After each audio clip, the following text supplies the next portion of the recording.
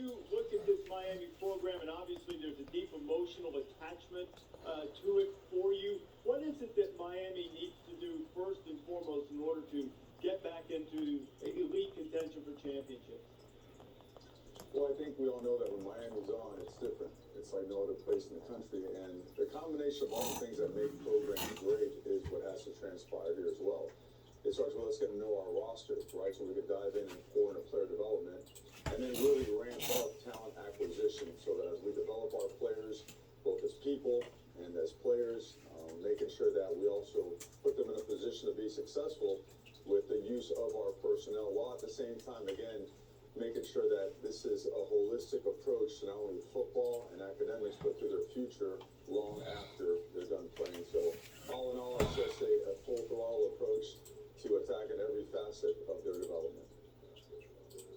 Mario, you obviously played there and know what this is all about, what it takes to win there. It's different than any other institution in the country. Those teams in the 80s and 90s, and then in the early 2000s, you'd always hear the word swag that was always associated with those teams. And even in the last 15 years, people said, we're back to swag is back, and it never really was. How do you handle that? How do you go back to your roots and get these players to understand that there's more to this than just maybe the flamboyant style that some of those great teams had, getting more of the culture to be what it really needs to be to win? Well, I think when people think about the flamboyant style, they think about the toughness, the physicality, the success they had on the field.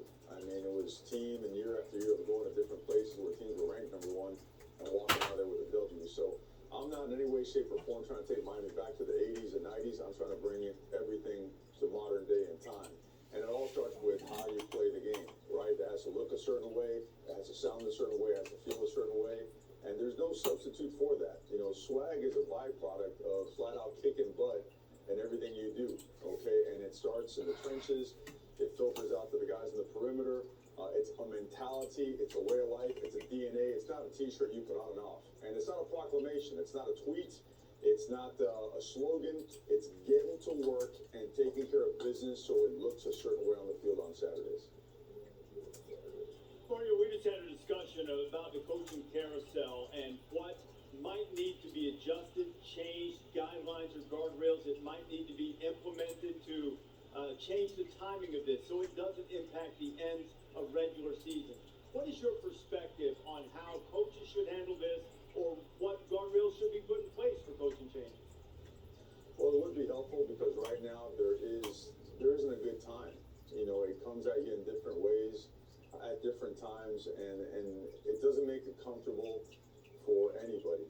And certainly, I think, like anything else, you know, with college football, collegiate athletics, if there are certain windows where things could transpire, I think it gives everybody a chance to plan and prepare. And if there is a move to be made, that there's some order, there's some accord, because it's different. It's difficult, but right now it is what it is. I'd be in favor of something of that nature, try to help everybody process it out. Well, Mario, I know it's a great emotional time for you to be able to go back to Miami. Wish you the best of luck, and thanks for spending some time with us this morning. Okay, appreciate you guys having me. Go Kings.